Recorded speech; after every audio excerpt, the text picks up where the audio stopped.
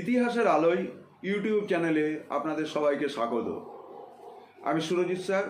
শুরু করছি আমাদের নতুন সেমিস্টার ব্যবস্থার গুরুত্বপূর্ণ অংশ,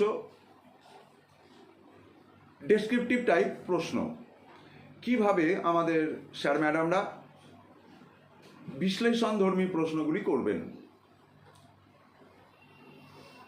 দ্বিতীয় যে সেমিস্টার রয়েছে একাদশ শ্রেণীর জন্য, সেই একাদশ শ্রেণীর দ্বিতীয় সেমিস্টার 40 নম্বর, এবং সেই 40 নম্বরের মধ্যে আপনাদের প্রশ্ন রাখতে হবে 3 নম্বরের প্রশ্ন, 8 নম্বরের প্রশ্ন বিশেষভাবে।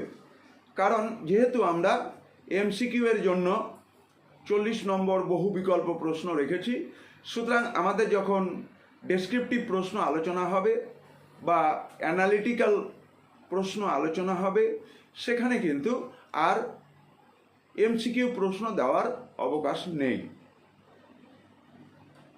তার মানে এই নয় যে আমরা 1 নম্বরের প্রশ্ন দেব না। আমাদের 3 নম্বরের যে প্রশ্ন রয়েছে, সেই 3 নম্বরের প্রশ্নকে আমরা 2+1 বা 1+2 অর্থাৎ 3 এইভাবে ভাঙতে পারি। কিভাবে ভাঙতে পারি? ধরুন আমরা একটা শিলালিপি ছবি দিলাম, এবং সেই শিলালিপি ছবি দেওয়ার পরে সেখানে আমরা প্রশ্ন রাখতে পারি যে এই শিলালিপিটি ভারতবর্ষের কোন অঞ্চলের, এই শিলালিপিতে কোন ভাষা ব্যবহার হয়েছে। এটি হচ্ছে 3 নম্বরের জন্য প্রশ্ন।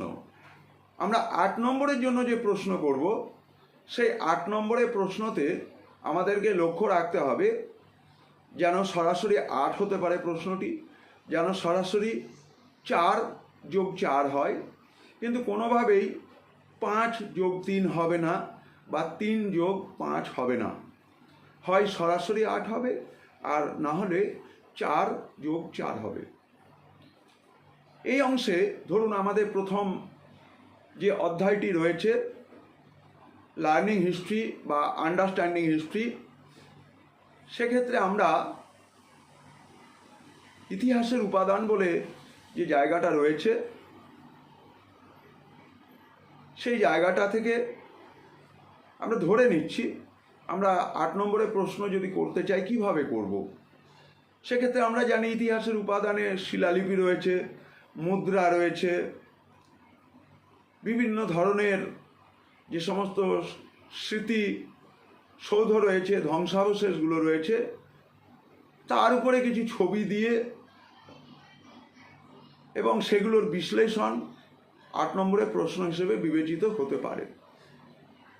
ধরুন আমরা এই ক্ষেত্রে আমাদের শিলালিপির সঙ্গে মুদ্রার একটি তুলনামূলক আলোচনা করতে পারি, বা আমরা কিছু মুদ্রার বিভিন্ন সময় প্রাচীনকালে ছবি দিয়ে দিতে পারি। ছবি দিয়ে দেওয়ার পরে এর কালানুক্রম বা ক্রোনোলজিক্যাল অর্ডার সাজানোর জন্য বলতে পারি।